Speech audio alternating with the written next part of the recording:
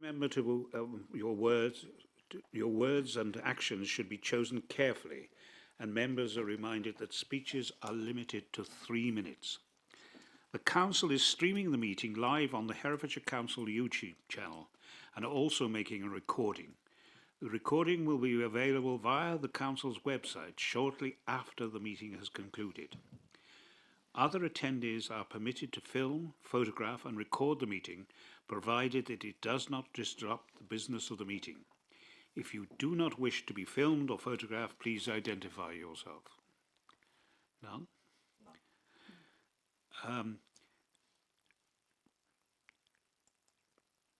Right. To ensure that the recording quality is maintained, could members speak as clearly as possible and keep background noise to a minimum, and ensure that mobile phones are turned off or turned silent. Welcome to those in attendance. I now ask Ms. Gibbons to introduce the officers for this meeting. Thank you, Chair. Good morning. My name is Kelly Gibbons. I'm the Development Management Service Manager. To my right, I have Josh Evans, who will be presenting item 6. We're also joined by Katie Jones on behalf of the Local Highway Authority and Adam Lewis, who will be presenting item 7. To my left, we have Georgina Coley, who is our legal advisor for today. Thank you. Apologies for absence. We have received apologies from Councillors Engels and Woodall. Councillor Davies is unable to attend the meeting in person and is joining us remotely on the Teams meeting. 2. Name substitutes. Councillor Dave Bolter is acting as a substitute for Councillor Engels. I don't believe there are any other substitutes. No other subs. All right.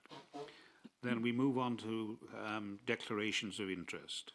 Please indicate if you wish to declare an interest, and I will call each councillor in turn. Councillor Bolter.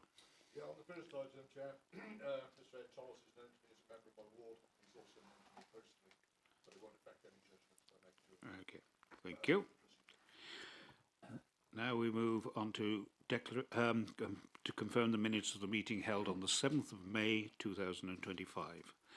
Are the minutes of the meeting on the 7th of May approved? Please indicate. Those in favour?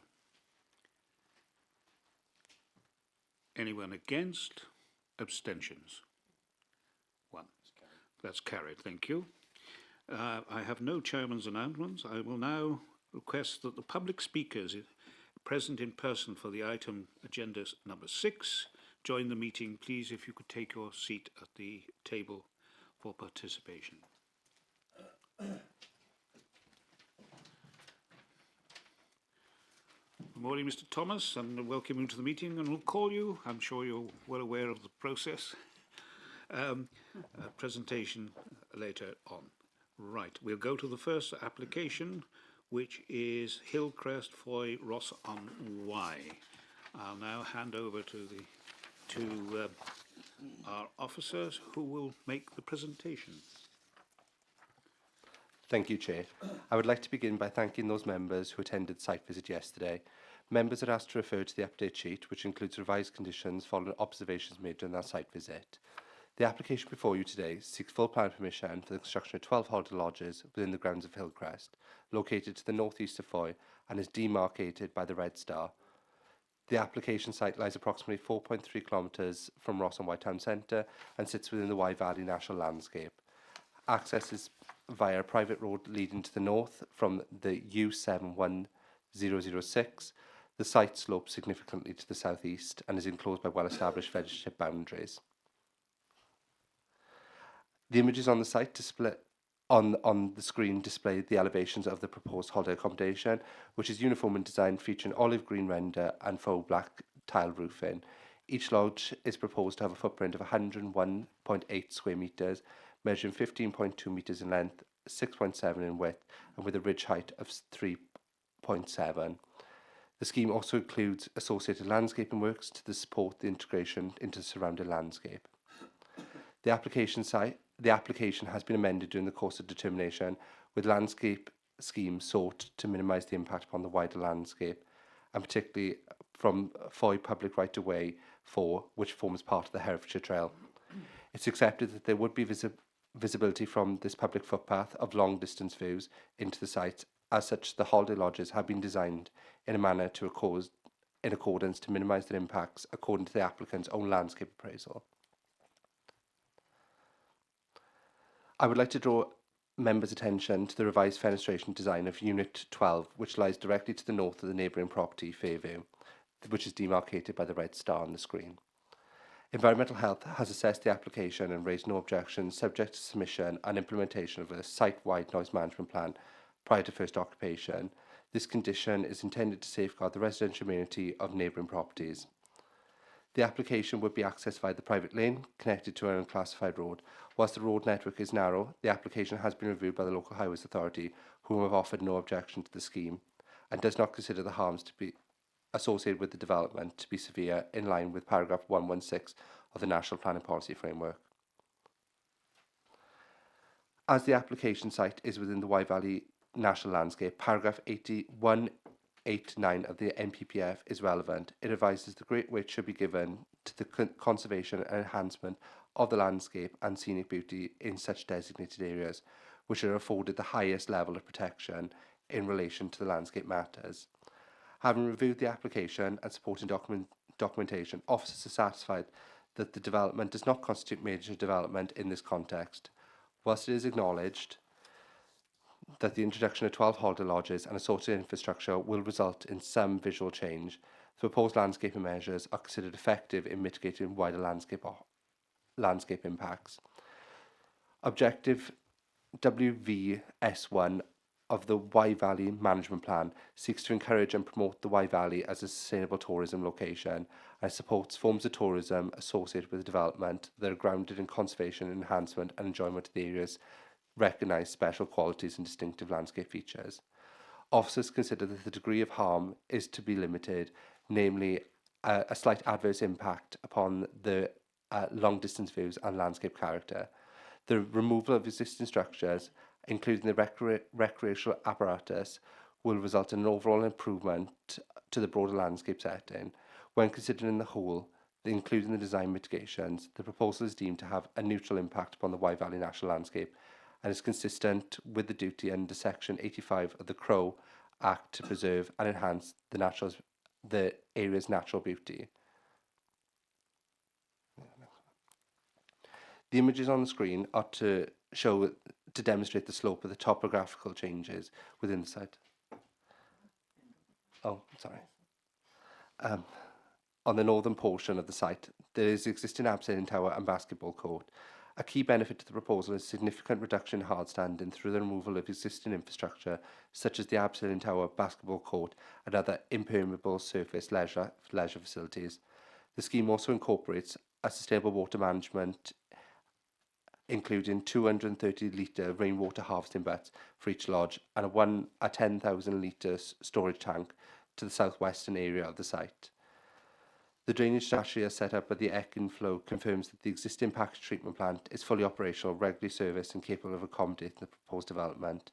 It is concluded that there would be no adverse impact upon the River Wye Special Area of Conservation in relation to foul water. The images on the screen on the slide show the present infrastructure presently on the southern portion of the application site, with arrows showing the location of where the infrastructure is located.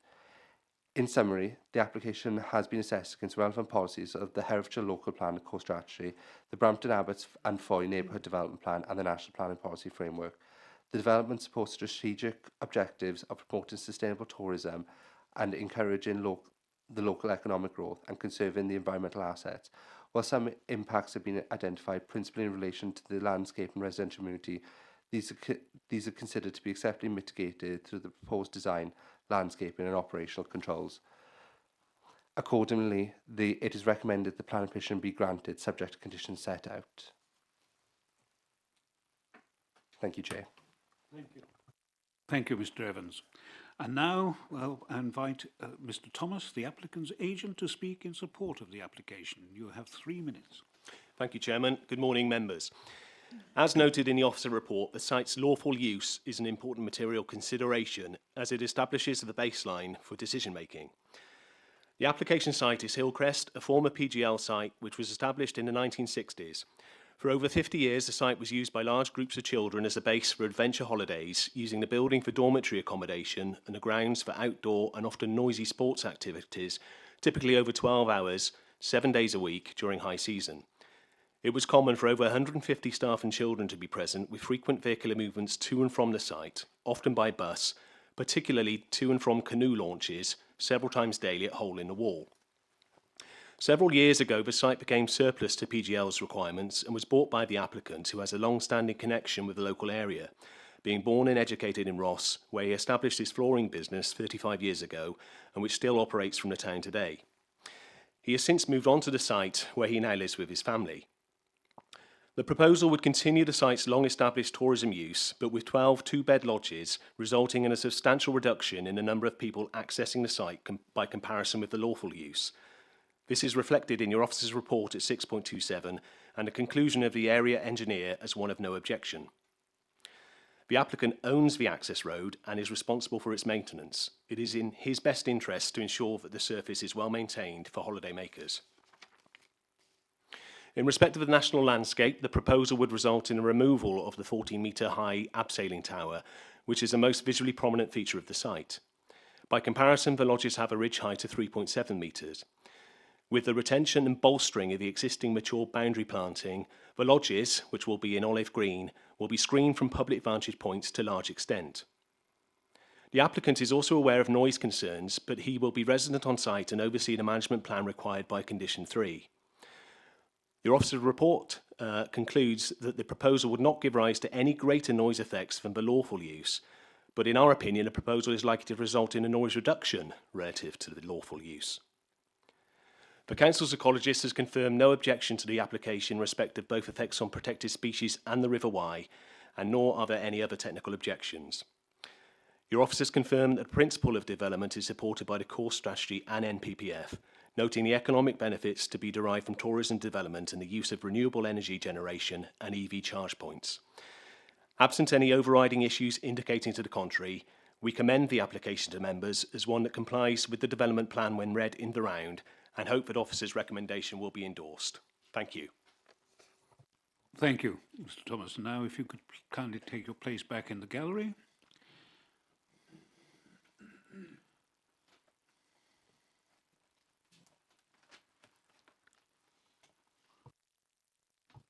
Right, now the local ward member is Councillor Durkin. He speaks first and then has the right to speak at the end of the debate.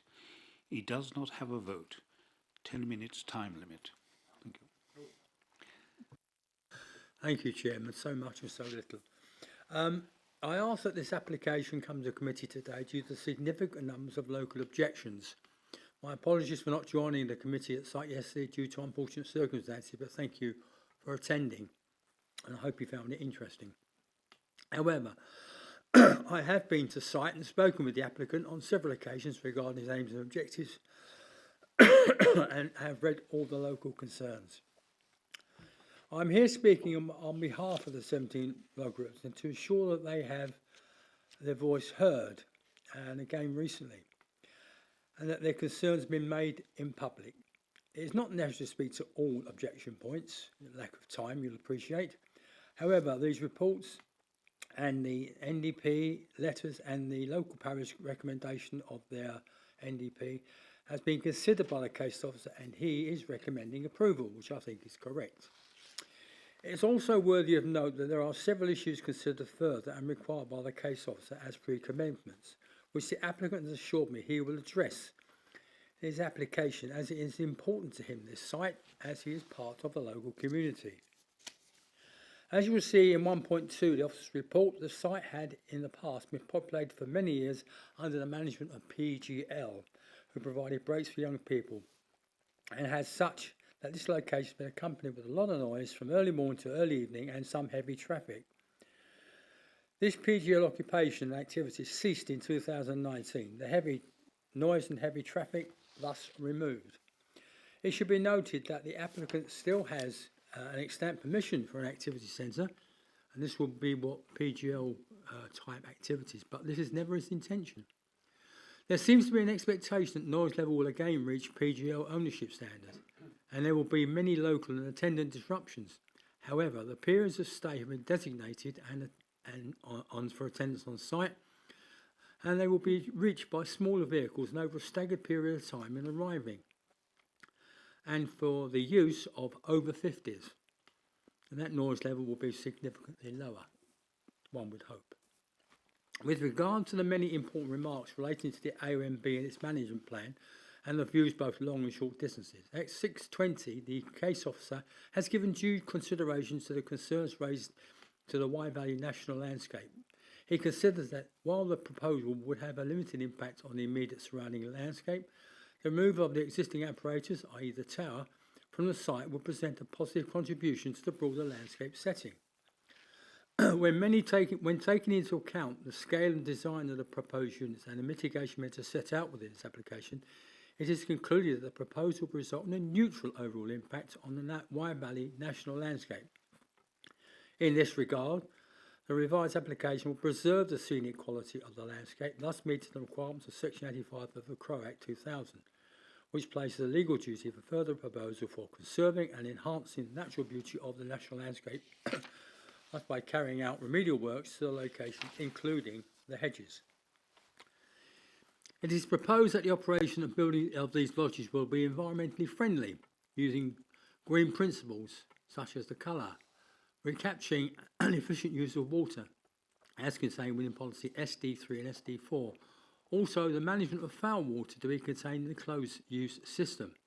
Although not specified, there is a low light levels principle in place. Thus, the dark side principle will be retained. In addition, also the provision of PV panels, air source heat pumps, also using permeable blocks on the ground on site to ensure that water can enter the ground effectively. At 4.1, the area engineer, there is also a provision of an EV charger and also cycle storage, normal for applications, thus promoting the ability to use sustainable modes of transport of those on site. The recognised at 4.2 by the hybrids officer, the track is in the ownership of the applicant from the highway to the metal road in Foy for site and does require attention. That, although a private land, you will see the local highways authority have no objection to turn the development subject to some conditions both on the site and adjacent to the site. Thus, the road will be attended to, thus providing adequate drainage up from the highway and the upgrading of the road service and to conform to the requirements of MT1, providing a benefit to local community. At 4.3, the Environment Officer is content and does not object to the application on the proviso that a condition that a noise management plan is already added to the premises, which you will note is for the benefit of impact on nearby local residences, especially to the site. This complies with SS6 and SD1, the National Planning Policy and the National Planning Policy Framework. Also, there are some compliance conditions at 11 rather, which will assist in the reduction of noise and antisocial behaviour, with no hot tubs being installed and timeframes to ensure that only being used for holiday purpose periods. To conform to safeguard the landscape character of the area, with policies of the Herefordshire Local Plan, Core Strategy, BAF4 and the NDP, all have agreed by the applicant. It's in his interest because he wants to make this a success and being a local resident too. Finally, I believe that the case officer is correct with his approval for recommendation. We believe that this application promises to be a well-appointed superior style holiday development, unlike the previous occupation in a very sensitive area, which the applicant recognises and will honour this location with his environmentally friendly proposals. I believe that this will be a welcome benefit for the county tourism and the economy of Herefordshire. Thank you, Chairman. Thank you, Councillor Durkin. And now I invite debate.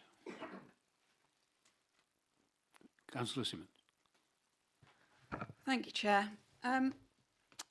Thank you for the site visit yesterday, Mr. Evans. It was really vital, I think, to attend, to understand the context of that site, the scale of the proposals and the size of the proposed chalets, and understand particularly the existing development on the site of the previous PGL occupation. I was struck particularly by how tranquil that site now is. There was no road or industrial noise, and to reach the site we were driving down past the slopes around the Foy Church, I think it's St Mary's, and down to the River Wye. It was really, really beautiful. While I completely understand the existing lawful use of the site and with brownfield sort of status effectively, and permission for the use of the existing holiday activities as outlined by Mr Thomas, the agent, the southern part of the site is effectively still an open field with limited built form. I saw, obviously, as you put up on the presentation, there are elements there, but they can clearly be easily removed. The trees and hedges are helpful to partially screen the site, but I noticed many of those were deciduous, and particularly in winter months, the site will clearly be visible in part from, and as acknowledged, particularly from the Herefordshire Trail. I think the siting of those 12 very large chalets on the site, in addition to the existing development on the wider plot already, will lead to sort of, I think, significant additional cumulative development on that site. I find myself at odds with the report, I'm afraid, in your conclusions, and I find myself agreeing with the National Landscape Consultee and the Landscape Officer comments, particularly with regard to, I think, the erosion of the open countryside sense.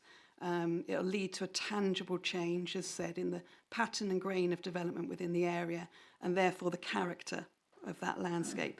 And we have a duty to enhance and protect this really valuable landscape. It is one of our two national landscapes in the county, and therefore I find it contrary to NPPF paragraph 89 particularly.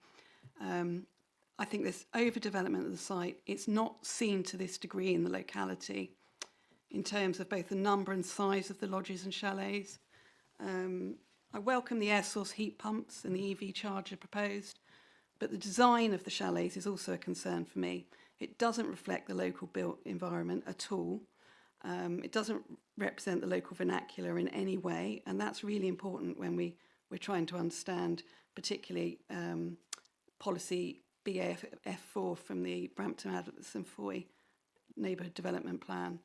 I find that the addition of, although the existing lawful use had vehicular access, etc., I have no issue with the access or the traffic management, but we are going to be introducing cars into areas of the site that didn't have cars on before, and you will have reflective surfaces.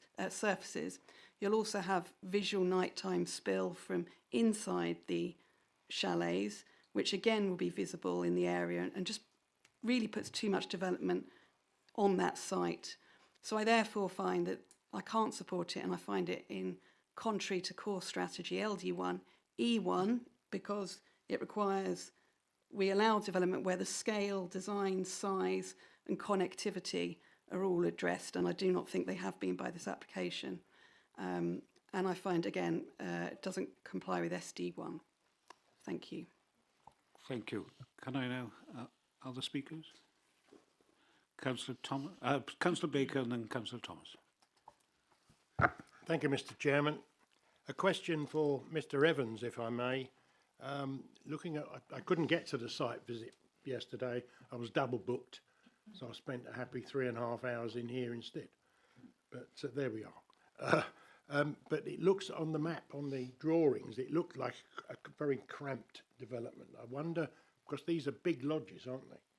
And I just wondered, fitting them all in, how deep is that site and how wide is it?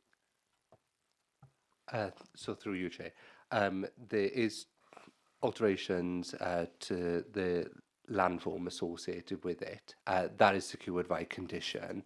That is secured under, apologies.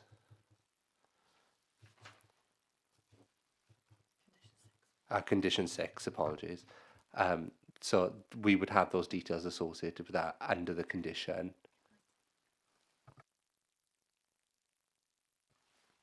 So I just wondered how deep it was, or how, well, how big's the site really, width and depth?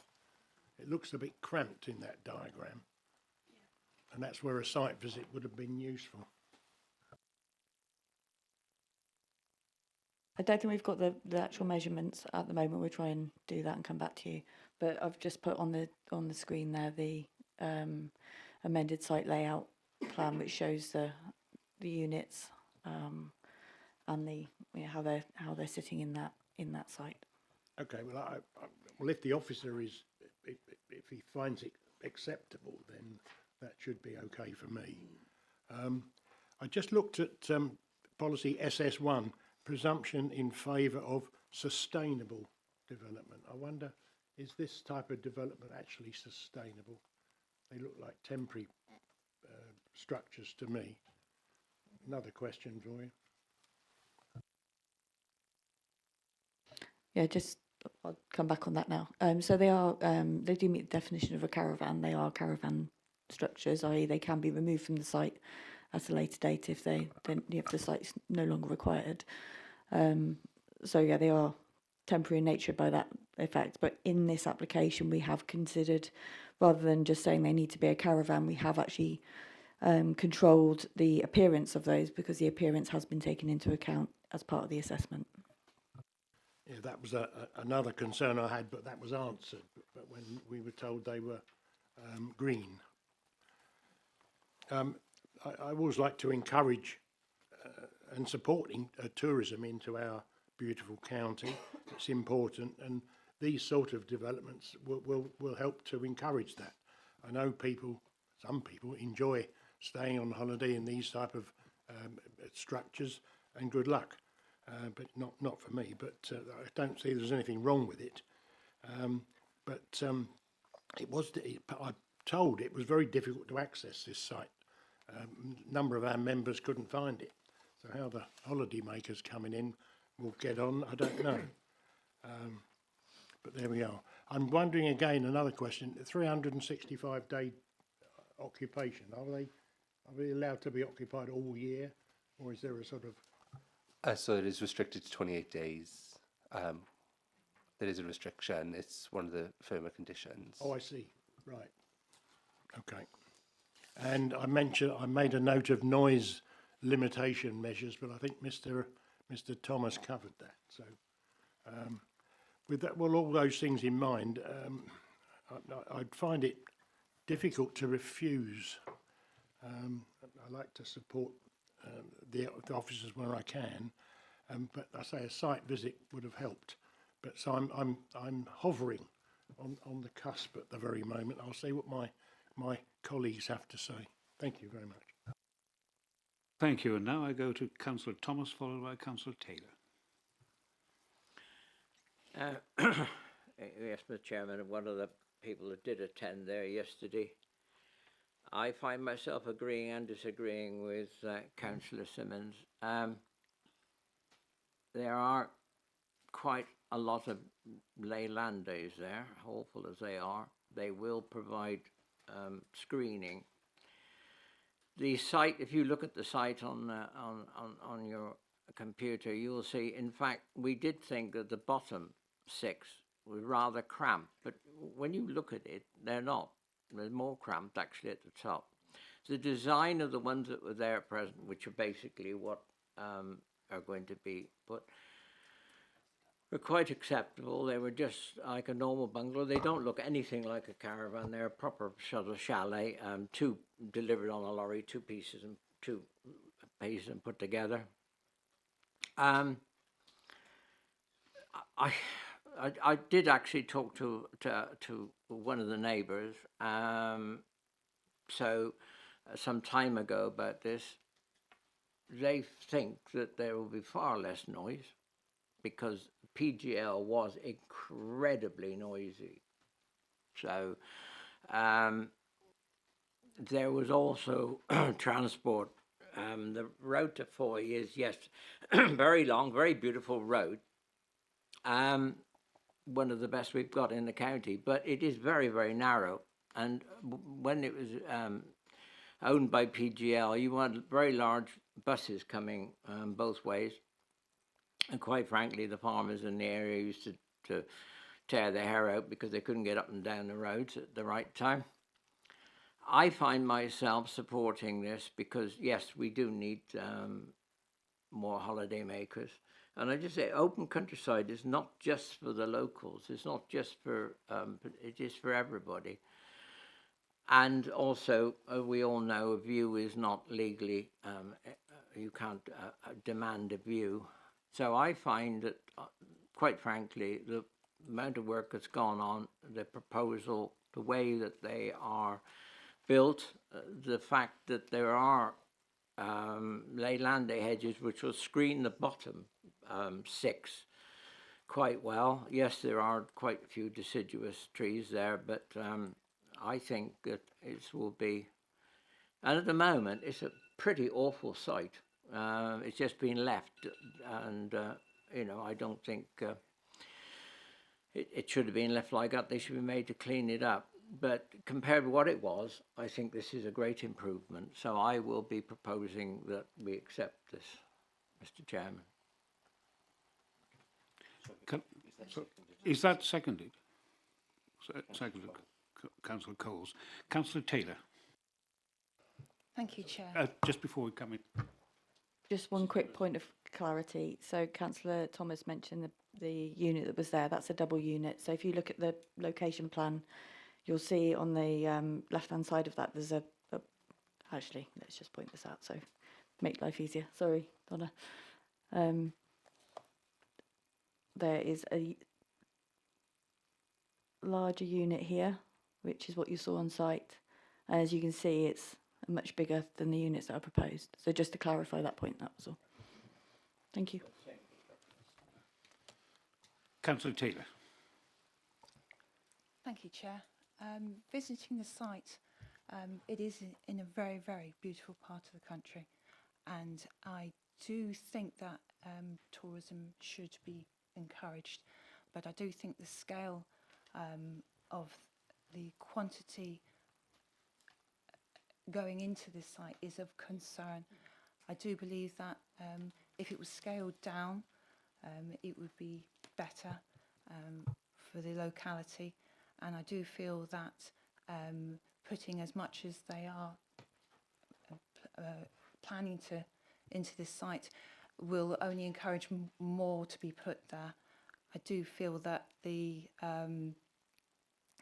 scaling down of this site would be better for the locality, and looking at the road going there, the lack of passing places, and the lane going to the actual site, it would be better with less traffic. So I do think that looking at the scale of it, if we could not have so many chalets there, it would be much improved. Thank you. Right, are there any other speakers? Councillor Bolton.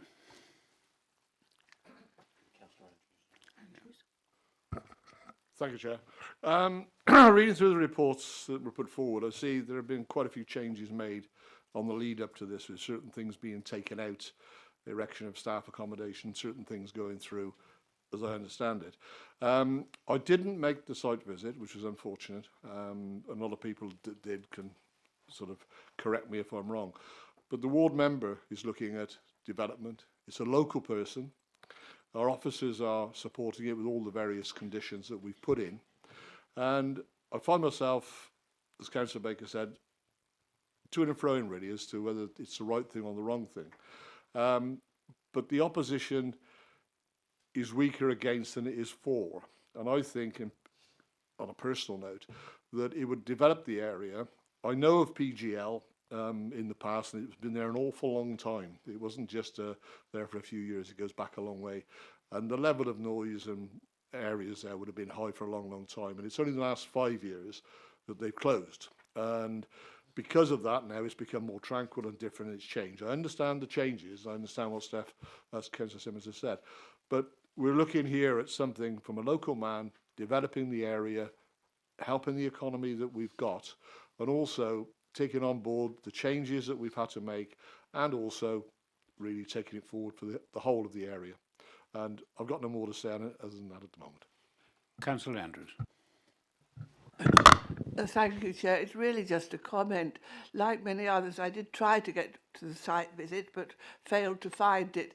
And I just have visions of tourists going around our country lanes in the dark at night, trying to find this site, because the postcode given is entirely inaccurate. Right. Are there any other speakers? There are none. I'll now go to the officers to make any comments as necessary. Nothing further to add. Good debate. I think it is important, as Councillor Simmons says, to note the site's location within the national landscape, and that should be at the forefront of decision making. And you've got the officer recommendation in front of you, and we've heard the debate. But I just wanted to sort of reassert that point, I suppose, when you're making those decisions. So nothing further to add. Right. Thank you. I'll now go to the local member to sum up. Thank you, Chairman. Going to be a bit haphazard because I've made notes as we've gone along. With the traffic, there was, as has been stated, a number of buses going up and down from PGL down to the river for canoes and coming in to visit their children. I can see this traffic being staggered now, because you're going to have 12 cars approaching the site on a staggered basis, not at the same time. As for difficult access, awful lot of my ward is difficult. I'm sorry about that, but perhaps the council should be given sat-navs. That would be helpful. But on a more serious note, so the buses are no longer an issue, and the protection of the views, which are paramount. They are beautiful. It is beautiful. My ward is beautiful, but they will be addressed. I know that there are plans in place to do that, to address that, and also at the southern end where it's a bit bored. There will definitely be a reduction in noise from 5-6 years ago, when it was noisy, and I've experienced it as well. There should be very, very little noise. And the applicant's received permission to live on the site as well. There's an application that he can now live on the site. So he has a vested interest in managing the site effectively, because nothing worse than enforcement. And again, I repeat, you're quite right, Councillor Alter. I am looking at tourism and promotion of Herefordshire. That is why I think a landscape area where these buildings are going to be put will be an attraction that will encourage interior and tourism, and also the economy. And with the bicycle stores, there is an opportunity there for sustainable transport to be used by those that come to site. Thank you, Chairman. Thank you. We have a proposal of the Officers of Recommendation as outlined in the agenda. Can I ask now, those in favour, please indicate.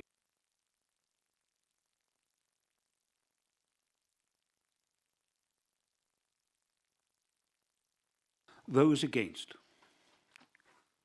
1, 2, 3, 4 against. That is carried. Now, can I have a 10-minute break while we get ready for the next item on our agenda? Thank you.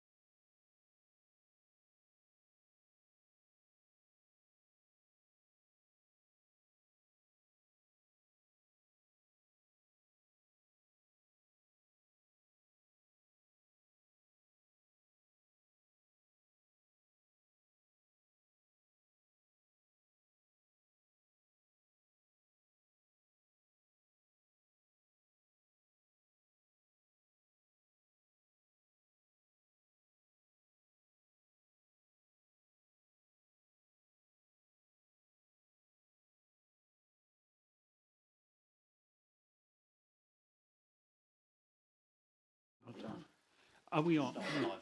It's not yet. We're now live. Right. The second application is land at Ramblers Way, Winferton, Hereford. Proposed development of 9 dwellings, 6 open market and 3 affordable. Can I now ask Mr. Lewis to make his presentation, please? Can I have the 2 public speakers, 3 public speakers, please? Colonel Forrest from the Erdsley Parish Council, Mr.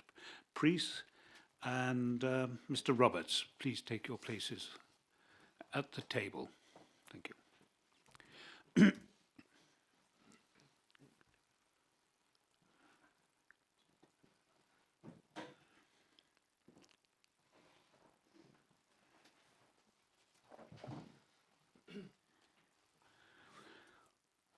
Right. Now move to the officer who will now make your presentation. Thank you. Thank you, Lewis. Chair, and good morning, members. Thank you to all who came on site visit yesterday. This application relates to a site in the village of Winferton. It's located on the western edge of the village and to the south of the A438, as indicated by the red star. Next slide, please. The slide above features an aerial image of the village showing the relationship between the site and the built-up form of the settlement. As can be seen, it's adjoined by existing housing developments to the north, to the east and to the northwest, with open countryside to the south. The proposal area comprises around half a hectare of grassland and is located to the rear of a row of dwellings known as Ramblers Way. Next slide, please.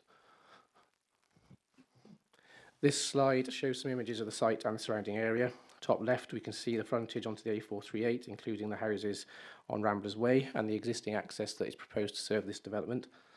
The top right image is taken further down the access road looking to the south. The grassland in the centre of the image forms the proposal site, and the hedgerow beyond this forms the southern boundary. A public footpath also runs down this access road and crosses the grassland to pass through a gate in the hedge at the south. Bottom 2 images are then taken from this footpath looking back to the north. On the left we can see the view due north towards the rear of the houses on Ramblers Way, whilst on the right we can see the view northeast towards showing the relationship between the site and the residential estate adjoining called Vineyards. Next slide, please. So the current application is made in outline and seeks permission for the erection of 9 dwellings. Those are to be 6 open market and 3 affordable. The matters of access, layout and landscaping are all for consideration at this stage, with scale and appearance being reserved. The slide above shows the proposed site plan. The existing access road would be extended to the rear of the site, and the new housing would effectively be delivered in 2 rows with principal elevations facing north. Although we don't have full plans for the dwellings at this stage, the layout plans are fixed and show that 5 units would be delivered as detached dwellings, with the remaining 4 being delivered as 2 pairs of semis. The plans also indicate that a bungalow would be provided on plot 1. Turning to the assessment, the application is to be determined in accordance with the development plan, which is the core strategy and the Erdsley NDP. The December 2024 MPPF update is also a significant material consideration, and this sets out the presumption in favour of sustainable development. With this in mind, members will be aware that the council is no longer able to demonstrate a 5-year supply of housing land, meaning that the tilted balance is engaged and relevant policies of the development plan must be regarded as being out of date. This means that planning permission should be, unless the MPPF specifically directs that permission be refused, or the adverse impacts of doing so would significantly and demonstrably outweigh the benefits. Next slide, please. This slide addresses the principal development. Winferton is an RA2 settlement, identified as being the main focus for an appropriate main focus for housing growth, and RA2 directs that proposals should be supported where the site is located within or adjacent to the main built-up form. As can be seen from these plans, it's considered that the site meets this requirement. With regards to the NDP, however, policy H2 seeks to limit new development to within a defined boundary, which is denoted by the thick black line on the images above. Although it's immediately adjacent to the boundary, the site is outside of it, and hence the principle of development is not supported by policies H2 or H5 of the NDP.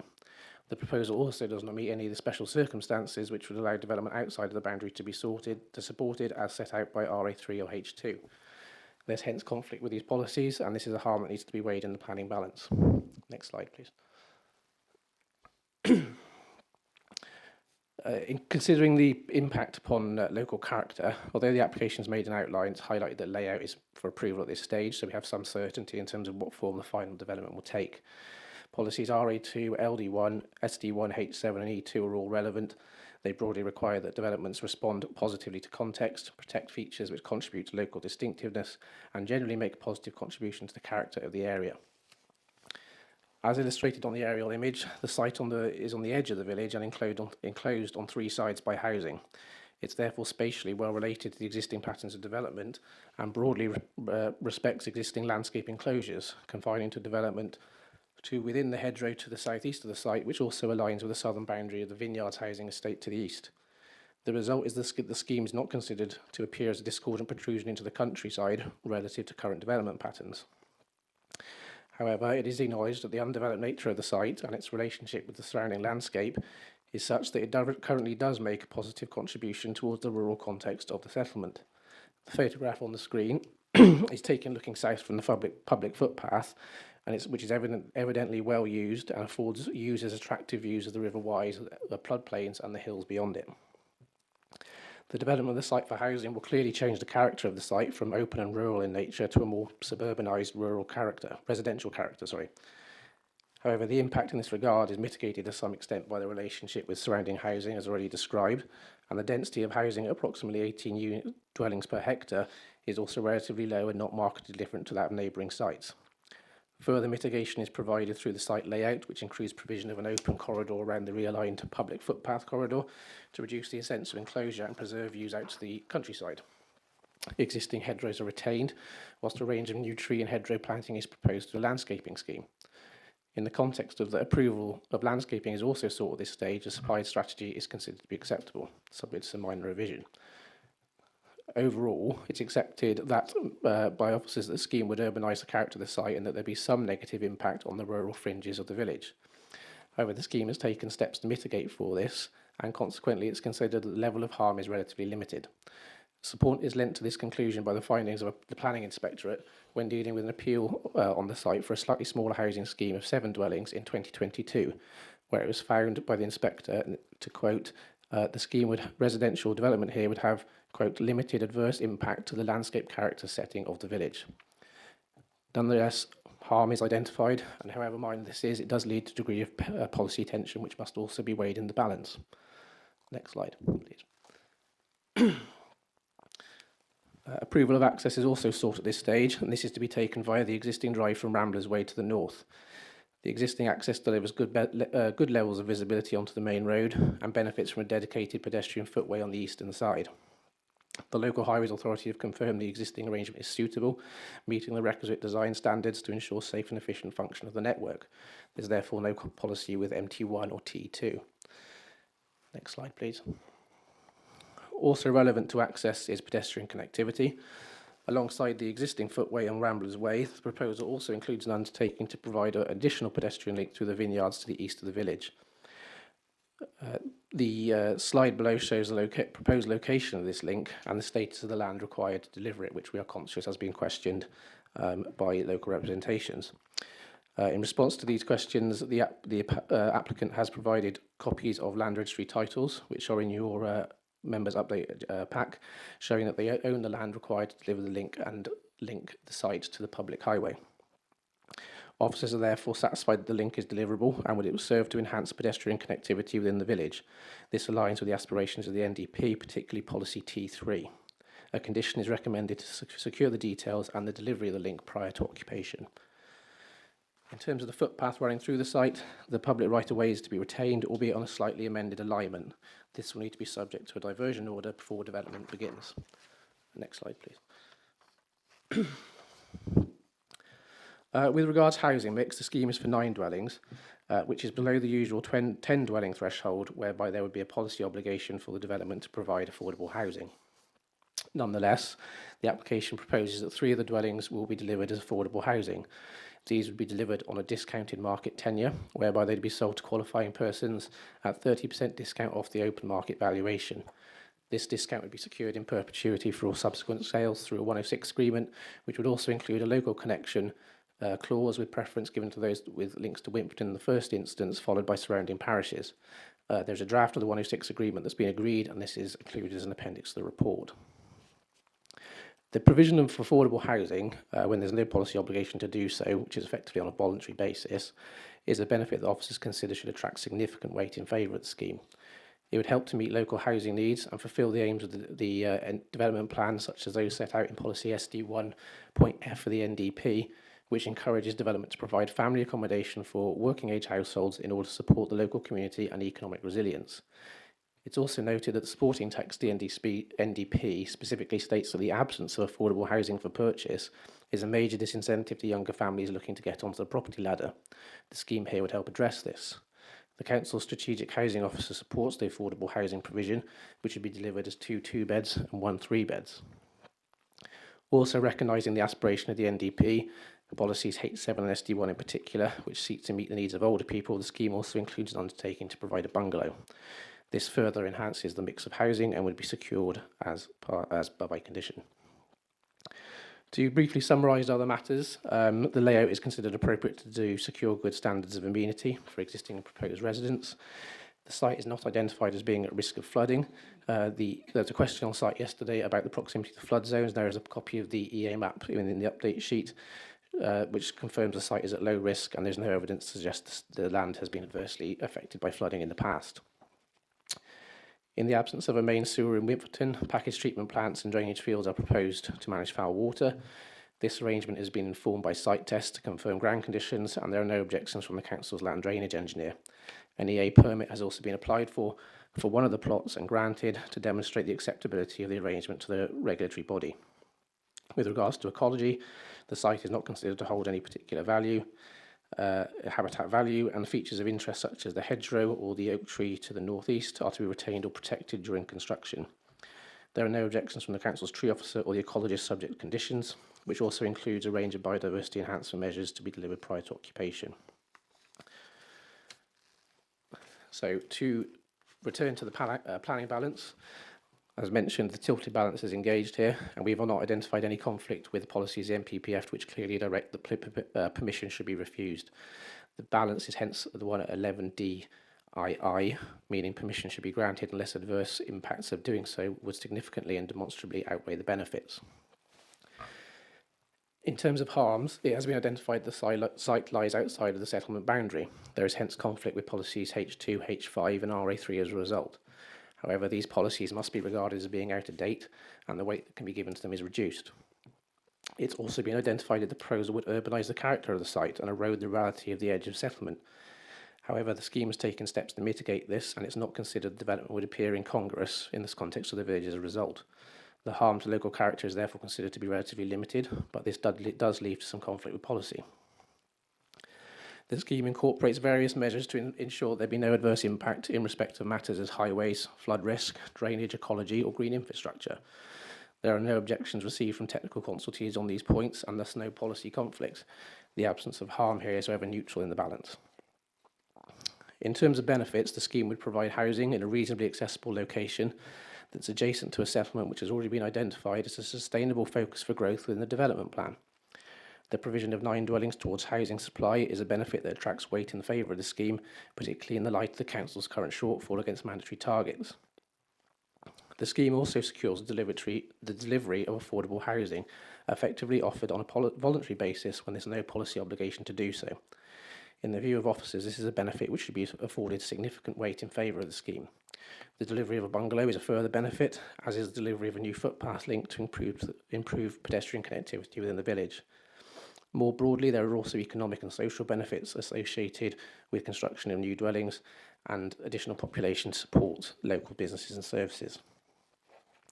So weighing all this together, having regards to the tilted balance, it's acknowledged that there is some tension with the development plan. However, the level of harm associated with this is modest, and officers do not consider that it would significantly and demonstrably outweigh the benefits of the scheme. As such, we consider that the proposal benefits from the positive presumption, and approval is recommended accordingly. Thank you. Thank you, Mr. Lewis. And now we'll move on to the public speakers. Can I now invite Colonel Forrest on behalf of Eardsley Parish Council to speak? You have 3 minutes. Good morning. I'm Deputy Chair of the Erdley Group Parish Council, and I'm here to place an objection to the proposed development. This has been a vexing issue for the village for quite some time. Since 2004, there have been, including the current application, a total of 9 applications for the site. 6 were refused, withdrawn, or subject to dismissed appeals. In fact, at times it seemed we had nothing else to do but process applications for the development on the site. In 2015, permission was given and the 3 houses were built on the site with a stipulation from this committee that there would be no support of action further for residual development on the land. The neighbourhood plan was adopted in 2016. In it there was a proposal that 11 houses be built. Using this target, the village has already exceeded the total considerably by an overall figure of 29 dwellings. If this development goes ahead, it will represent an increase of 163%. For a village with little infrastructure, this is a heavy burden. I mean, no shops, no school, we don't even have a bus service. The inclusion of affordable housing, we feel, is window dressing. There is no need or demand for housing in Winfordton. And 30% discount will do little to attract young people, it is felt. However, I will leave the detailed impact of the village to Mr. Roberts, who will follow me, who will speak on the objections from the village. However, be in no doubt there is universal opposition to this development. This is partly due to the fact that there is no immediate housing crisis, as I have indicated, and there are limited jobs locally. Prospective occupants would likely have to travel to work, exacerbate the traffic problem, which I think you saw yesterday during the site visit.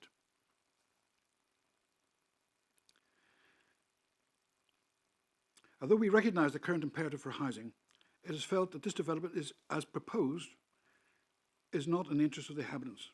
There is also concern over flooding waters, which, despite what you've heard this morning, comes up to about 100 metres away from the site. And I stood in the water up to my ankles in February this year of that. And given the pressures on climate change, that I believe is a risk.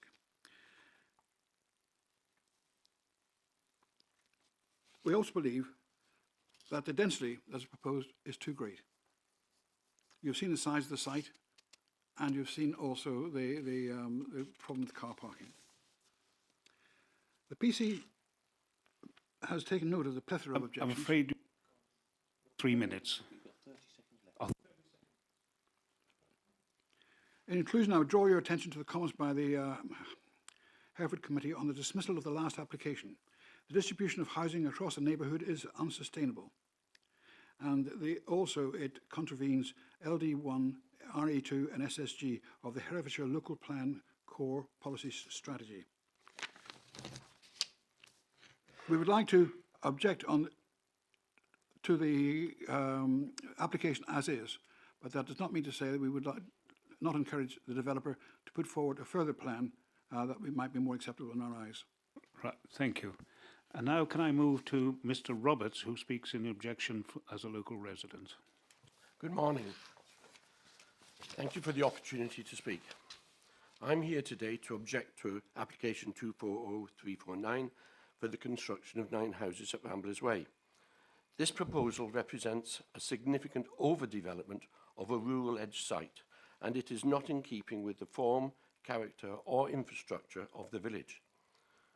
Let me be clear, this is not about opposing new homes entirely. Winfordton could accommodate some growth, it already has.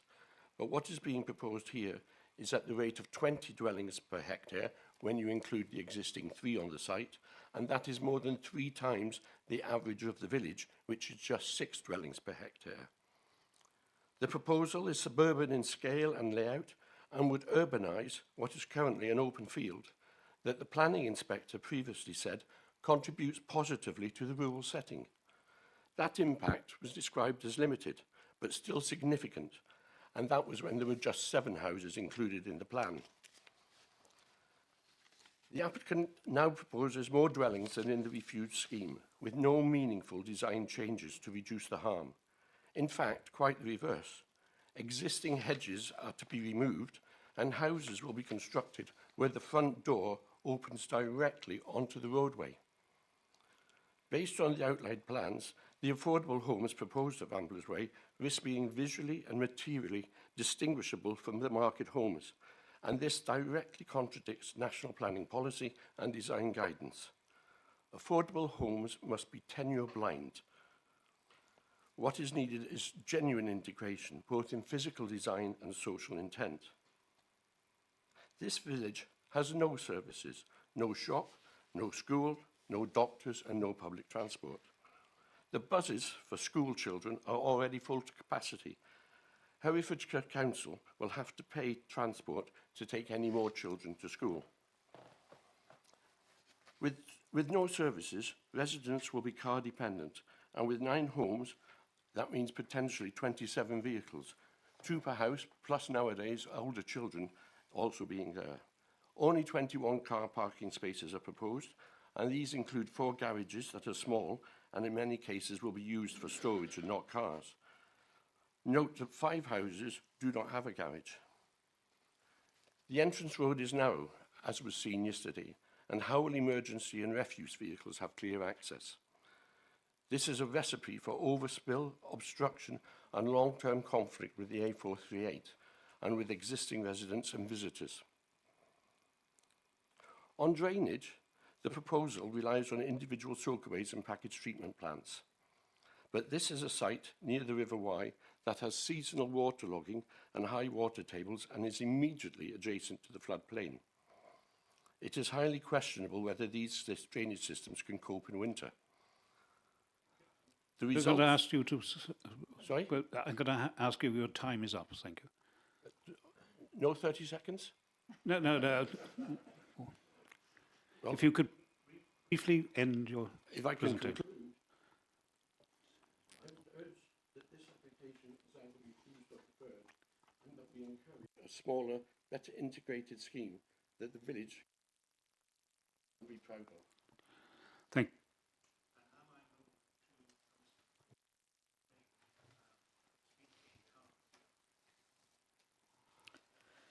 Thank you, Chair. We have carefully considered the site design to ensure it harmonises with the village. The density of development is low and comparable to the neighbouring estate. To quantify this, as we've heard, the density is around 18 dwellings per hectare, which by modern development standards is very low. The neighbouring estate is 16 dwellings per hectare.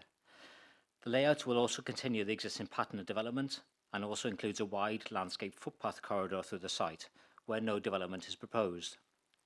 Following comments made this morning and at committee yesterday, we were happy to also amend the plans to move plot 1 further away from the estate road if that was felt a benefit. In line with the NDP policy, a mix of smaller 2, 3 and 4 bed family homes are proposed, including a bungalow. It is noteworthy that the majority of other developments in the village over the last 10 years have been larger 3 and 4 bed dwellings. The layout also focuses on minimising the carbon impact, with all houses orientated north-south to allow the benefits of passive solar gain to be maximised.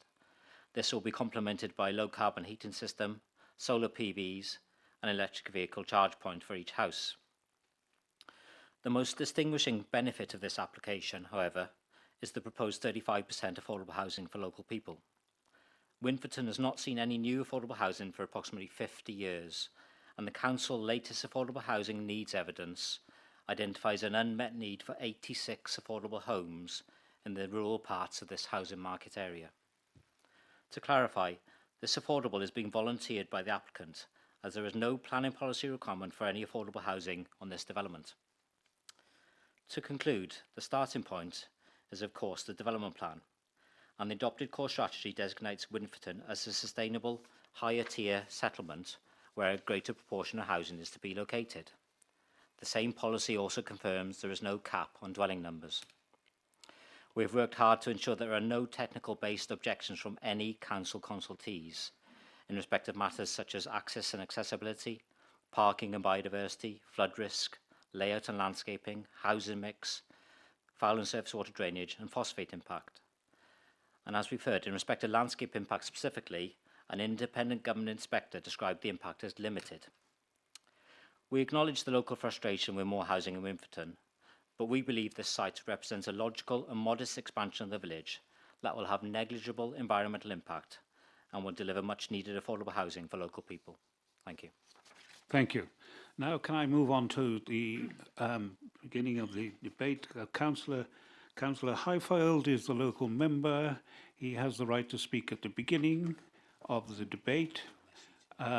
He does not have a vote, and sorry, if you could kindly take your seats back in the public gallery. So, he does not have a vote. His time is limited to 10 minutes. I'll just wait for the member of the public to take their seats in the gallery.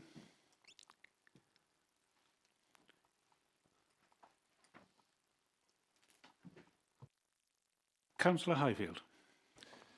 Thank you, Mr. Chairman. I'm the County Councillor for Castle Ward, one of the most beautiful parts of a beautiful county, and that is relevant to this because the villages of our ward are all attractive and they need to remain so. Now, I'd like to start by referring members to page 49 of their agenda reports pack, where it lists the planning history of this site. It's a lengthy one, as has already been mentioned by some of the parish representatives. And I'd particularly like to refer you to the April and November 2022 proposal for a development of 7 dwellings on the site that was not only refused, but it was dismissed on appeal. So we have to ask ourselves, has anything changed in this application or in the landscape that would mean that this time a more concentrated development should be approved?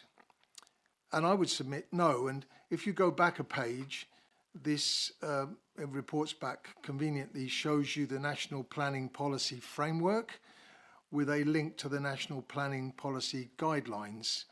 And it also, above that, these are all on page 48, shows the Neighbourhood Development Plan.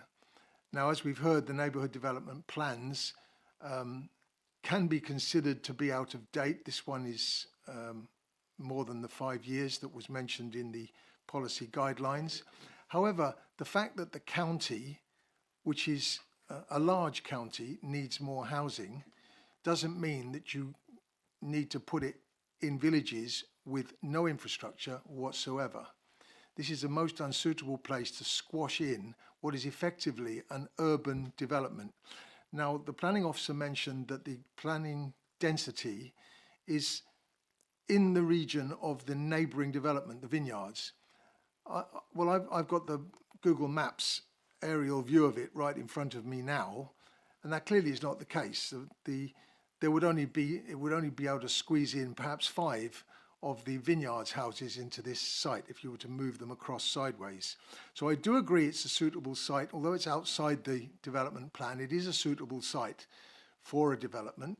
It is within an area that aligns with the village structure, but not at this density. I would also say that I do know there is some support for the affordable housing in the community. There is a demand. A young farmer at the parish council meeting spoke up and said he'd like the opportunity to buy a house which he can't currently afford. So it's good. It's good that there is low-cost housing involved in this. How low it will be, of course, is another question.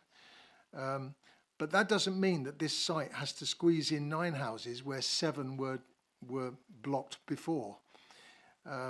It will be a very tight site, and as has been mentioned, the doorways of the ones at the northern side of the site will virtually open onto the street. I think there's about a metre between the lane and their front doors, and that's across a lane which is facing the 3 existing houses. So what I would say in support of this, of the objectors, is that a development on this site that is appropriate would be great. But this village has already provided far more than the average expectation on new housing. As we've heard, 163% of what was expected under the old NDP. Now that exceeds the increases that have been imposed on us by the new government. And whether a site in Winferton with no infrastructure is a suitable place to meet the county's housing needs is really open to question. So I object to the plans as submitted. I think it would be suitable to have a smaller development. And if that could incorporate 1 or 2 low-cost houses, that would be excellent. But we don't need 9 squashed into this site as it is there. Thank you very much, Mr. Chairman. Thank you. And before we start the debate, can I just clear up one thing? I don't know where it comes from, the idea that this council made a commitment that it would not allow any further development on the area. This council doesn't have the power to do that. That, I'm afraid, is totally incorrect. We don't have those powers, and they're not available to us. Okay, I'll invite debate. No speakers? Yes. So, Councillor Simmons. Thank you, Chair. This is so frustrating, this application. It is coming back to us despite the appeal dismissal, because effectively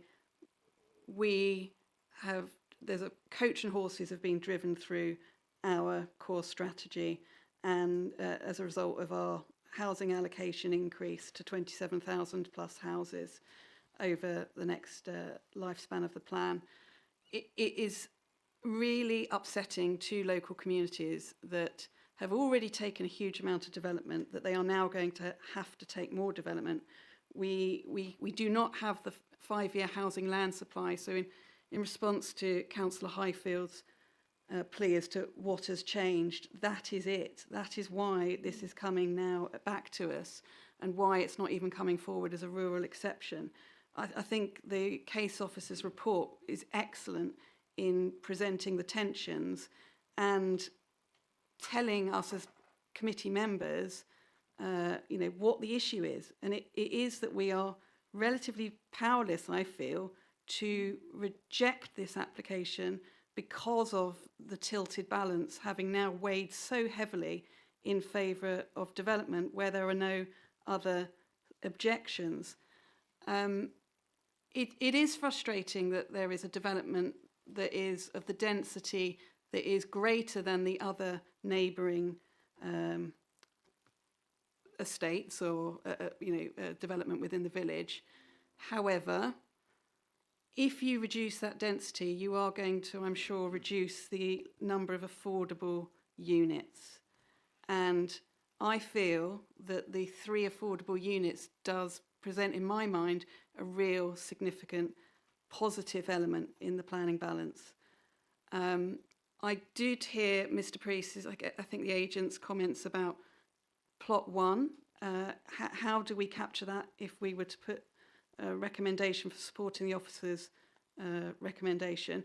How do we accommodate that? I appreciate this is an outline, but I think you said the layout is part of the outline permission. So I'd like a bit of clarity in relation to that.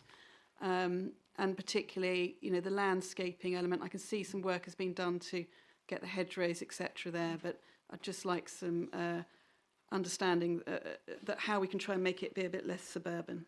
Thank you. Councillor Baker, then Councillor Thomas. Thank you, Chairman. And thank Mr. Lewis for his very comprehensive report, and apologies again that I couldn't make the site visit yesterday.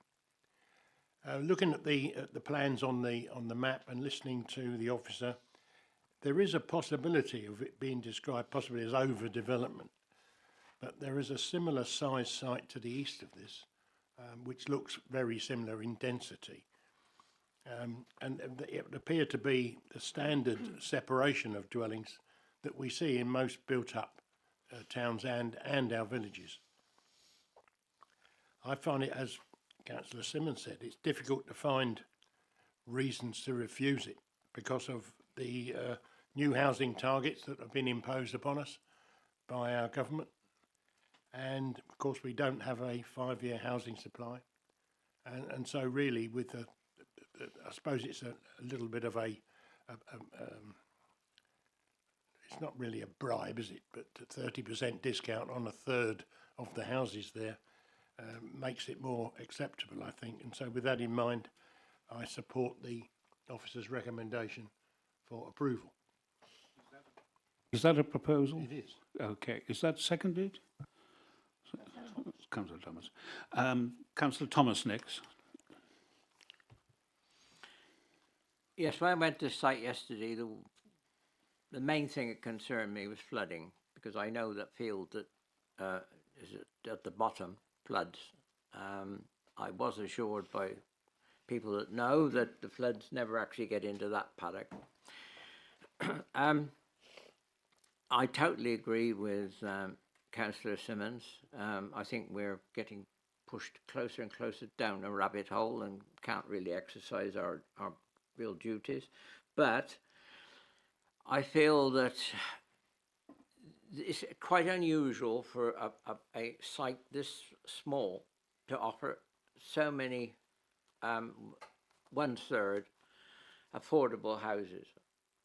And I think that is, despite some of the local speakers saying they don't need local affordable houses in Winterton, I suspect probably they're very wrong. And I think the ward council did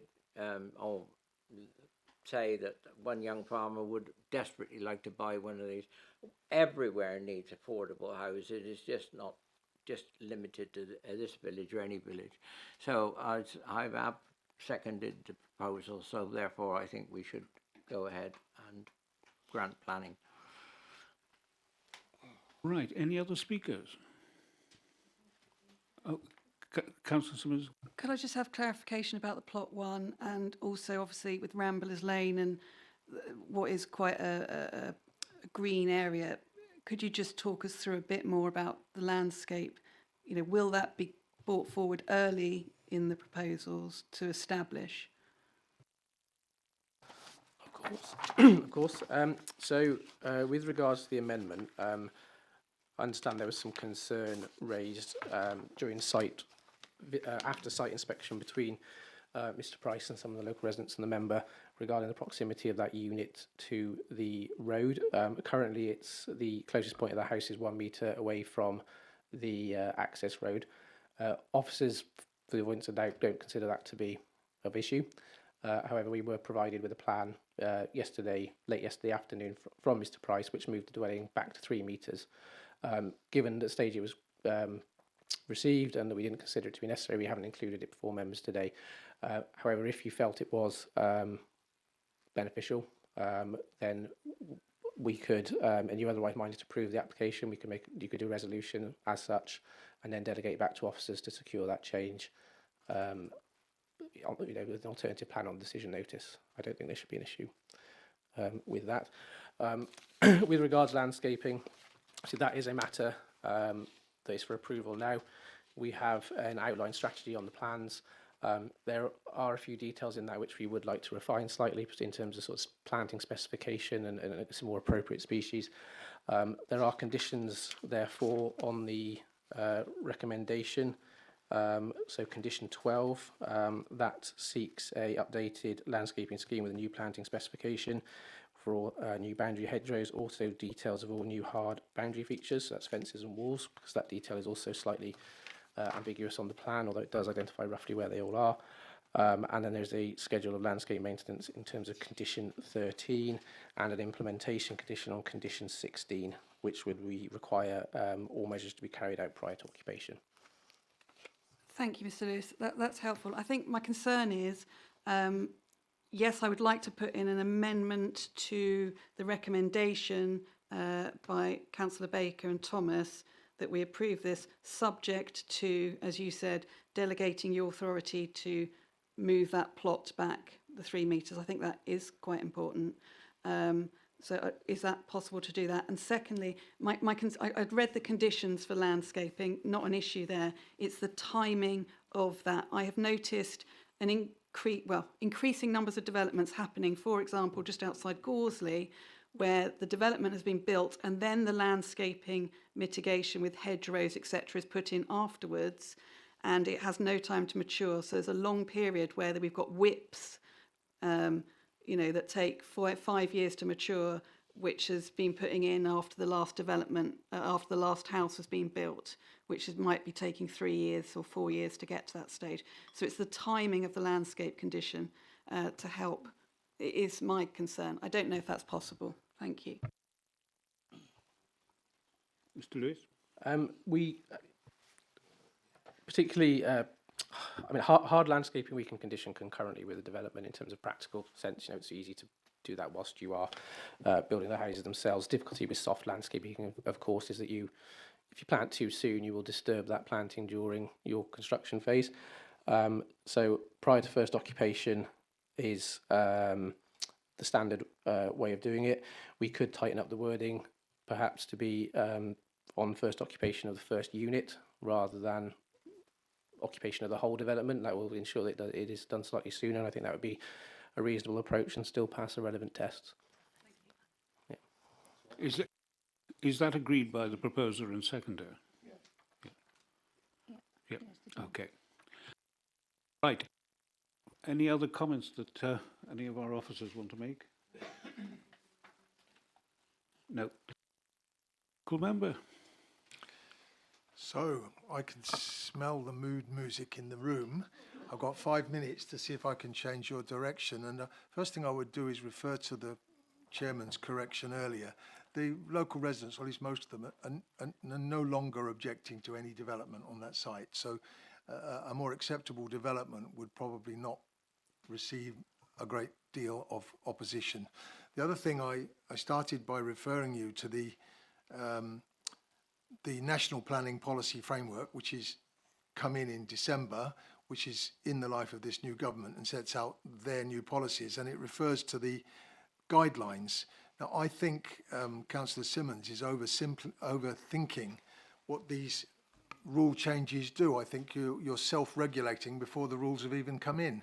I don't think there's anything in those guidelines that substantially changes the refusal that was made in 2022 and on the appeal. Because, for example, there are a number of things here where it says promoting sustainable transport, something our Green members are much in favour of, and we're going to have probably at least 18 more vehicles and no bus service because of this development. We are trying to meet county house development requirements in a village that's already got 6 empty houses, and 3 miles away there's a new development in Erdsley of new houses. So this area is already more than meeting the new demands. I don't think it's necessary to build 9 houses in order to meet those targets. So I'll just leave it there, Mr. Chairman. Thank you. Can I say the point I made was that there was a statement. Statements have been made that this council had said that no further development would take place. We do not have the powers to do that.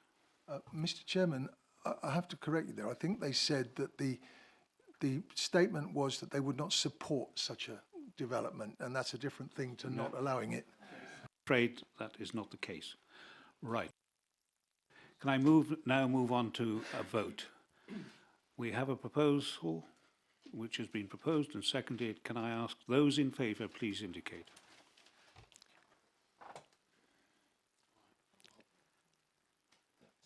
Unanimous. Oh, sorry. Anyone against? 1. Abstentions? No. Thank you. Thank you all for your attendance. We're now close the live stream. We just announced the next meeting will be on the 4th of July. Okay, the next meeting will be on the 4th of July.